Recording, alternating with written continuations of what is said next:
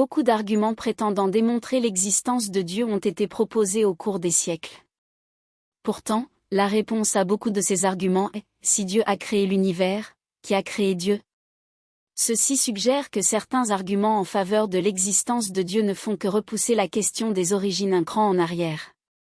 La Bible et la doctrine chrétienne répondent à cette interrogation en affirmant que Dieu est éternel et incréé, mais une telle réponse satisfait rarement les non-croyants.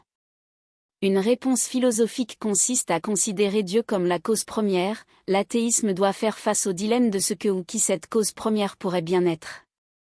Un créateur non créé pourrait bien être en définitive une explication plus plausible de l'univers dans lequel nous sommes. Notre univers paraît avoir un commencement, et être bien adapté pour l'apparition de la vie, en accordant une place pour l'amour et la finalité. Toutes ces apparences rendent plausible une croyance en Dieu a priori. L'existence de Dieu est un problème philosophique récurrent et populaire. Beaucoup d'arguments en faveur de l'existence de Dieu ont été proposés au travers des siècles, souvent sur la base de certaines caractéristiques du monde naturel. Il y a aussi eu des tentatives pour montrer que Dieu n'existe pas, ce qui est un problème plus complexe. Il est bien plus facile de montrer qu'il existe un signe noir quelque part sur Terre plutôt que de démontrer qu'il n'y en a pas. G.K. Chesterton a fait cette remarque. L'athéisme est le dogme le plus osé, car c'est l'affirmation d'une négation universelle. 1. Les arguments populaires en faveur de l'existence de Dieu incluent l'argument cosmologique, l'argument ontologique, l'argument à propos de la loi morale, et l'argument à propos de la conception de l'univers. Ce dernier argument est une version plus générale que la perspective étroite de la complexité irréductible au cœur du mouvement de l'intelligent design. Chacun de ces arguments apporte un certain éclairage sur l'existence de Dieu. Pourtant, la réponse à beaucoup de ces arguments est parfois « Si Dieu a créé le monde, qui a créé Dieu ?» C'est une question qui mérite toute notre attention. Elle suggère que certains arguments en faveur de l'existence de Dieu repoussent simplement la question une étape en arrière. Cela suggère que le Dieu créateur nécessite lui-même une explication. Richard Dawkins est l'un des partisans les plus fervents de cet argument. Une réponse à partir de la doctrine chrétienne ? La doctrine chrétienne nous apprend que Dieu est éternel et qu'il n'a donc pas de commencement. Les psaumes nous parlent clairement de la nature éternelle de Dieu, en affirmant sans jamais défendre son existence. Avant que les montagnes soient nées, et que tu aies donné le jour à la terre et au monde, depuis toujours et pour toujours tu es Dieu.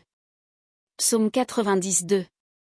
Car mille en sont, à tes yeux, comme le jour d'hier, quand il passe, et comme une veille de la nuit. Psaume 94. Ces versets, et beaucoup d'autres comme eux, mettent en évidence la complexité de la relation de Dieu au temps. Les théologiens ont débattu sur la relation de Dieu au temps pendant des siècles et continueront sans doute à le faire. C'est une question à laquelle nous ne pouvons probablement pas apporter de réponse complète.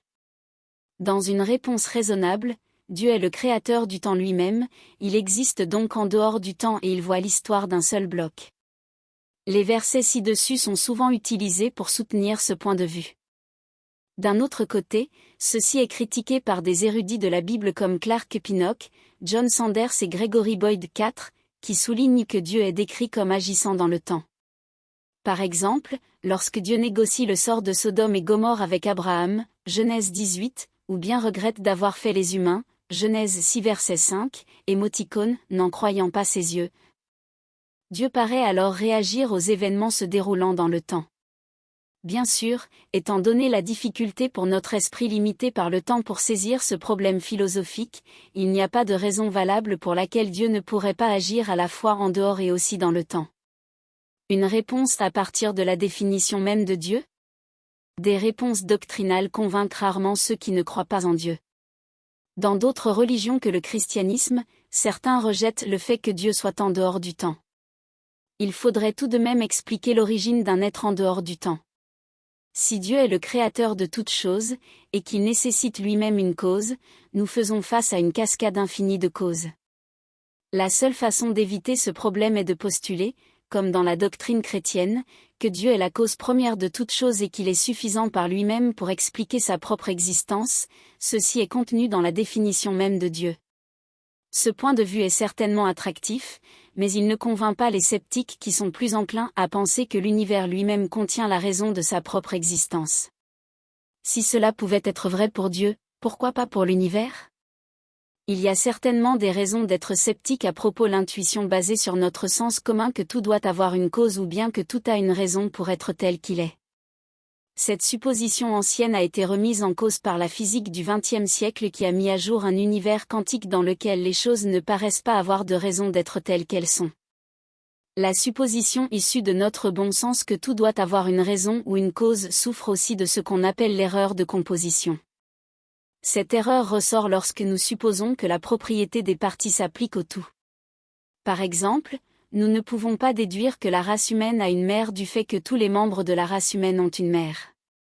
De même, un ensemble d'objets sphériques n'est pas nécessairement sphérique. En relation avec l'origine du monde, ce n'est pas parce que chaque partie de l'univers a une cause individuellement que l'univers dans son ensemble en a une. De nouvelles discussions passionnantes ont vu le jour depuis que nous avons réalisé que l'univers a un commencement. D'une certaine façon, un univers avec un commencement semble impliquer une cause. Mais si l'univers a surgi à partir de rien, il devient très problématique de parler de sa cause. Certains cosmologistes argueraient que notre univers est le résultat de fluctuations quantiques sans cause.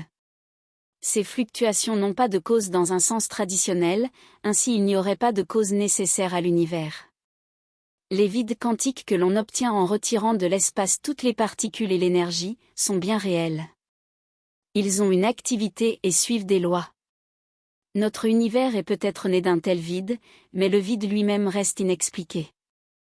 Dans Life of the Cosmos, le cosmologiste Lee Smolin suggère que les trous noirs peuvent donner naissance à de nouveaux univers. 5 Il propose que notre univers a émergé d'un trou noir dans un autre méta-univers.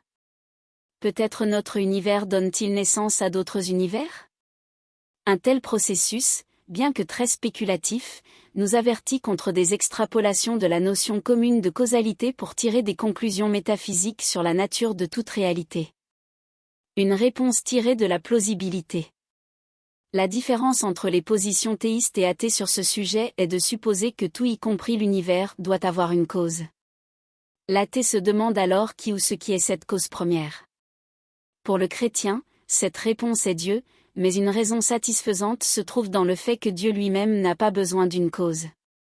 Dans la conception augustinienne, Dieu n'est pas limité par le temps ou l'espace, il n'a donc pas besoin d'une cause première. L'argument peut être formulé d'une manière plus conforme à l'intuition post-moderne sur la causalité et l'importance des points de départ. Supposez qu'en tant que croyant vous posiez la question suivante. Quel est le type d'univers qui est le plus compatible avec la foi dans un Dieu éternel ? Dans ce cas, la réponse affirme mais ne prouve pas la réalité de Dieu. Notre univers a eu un début, il est minutieusement réglé, pour l'apparition de la vie, l'amour et l'intention y ont une place. Toutes ces apparences sont compatibles avec une foi a priori en Dieu.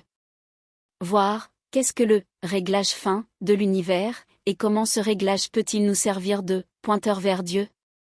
Maintenant, placez-vous du point de vue athée. Dans ce cas, l'univers doit être différent de ce qu'il est.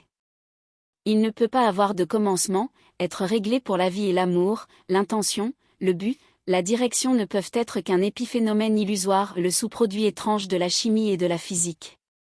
L'image tout entière a une apparence de désolation claustrophobique. Bertrand Russell, l'un des plus honnêtes parmi les brillants athées du XXe siècle, a capturé ce sens de la désespérance dans A Freeman's Worship. L'homme est le produit de causes qui n'avaient aucune vision de l'objectif qu'elles étaient en train d'atteindre, le fait que l'origine, la croissance, l'espoir et les peurs de l'homme soient l'aboutissement accidentel de la collision entre atomes, qu'aucun feu, aucun héroïsme, aucune intensité de pensée ou de sentiment ne puisse préserver la vie d'un homme au-delà de la tombe, que les travaux de tous les âges, toute la piété, toute l'inspiration, tous les éclairs du génie humain, soient destinés à s'éteindre dans la mort du système solaire, et que le temple de tous les projets humains soit inévitablement enseveli dans les débris d'un univers en ruine. Toutes ces choses sont si certaines d'arriver qu'aucune philosophie qui les rejette ne peut espérer tenir debout. Ce n'est que dans l'échafaudage de ces vérités, seulement sur le fondement ferme de la désespérance stérile, que le salut de l'âme peut dorénavant être construit. En contraste avec ce point de vue, le chrétien affirme que toutes les merveilles du monde sont bien réelles, qu'elles appartiennent au Créateur et qu'elles reflètent la gloire de celui qui soutient mystérieusement toutes choses.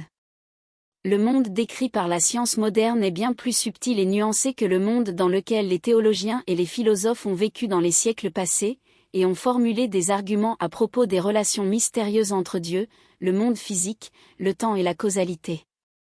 Néanmoins, aucun développement dans les sciences contemporaines ne pose de défi particulier au fait que Dieu soit le Créateur. Certaines découvertes, comme celle du réglage très minutieux des lois physiques, sont en résonance avec la création. Les suppositions basées sur le sens commun qui ont embrumé la discussion ont toutefois besoin d'être reconsidérées en face des développements scientifiques récents. Nous devons être humbles intellectuellement en faisant des affirmations à propos de Dieu en tant que Créateur.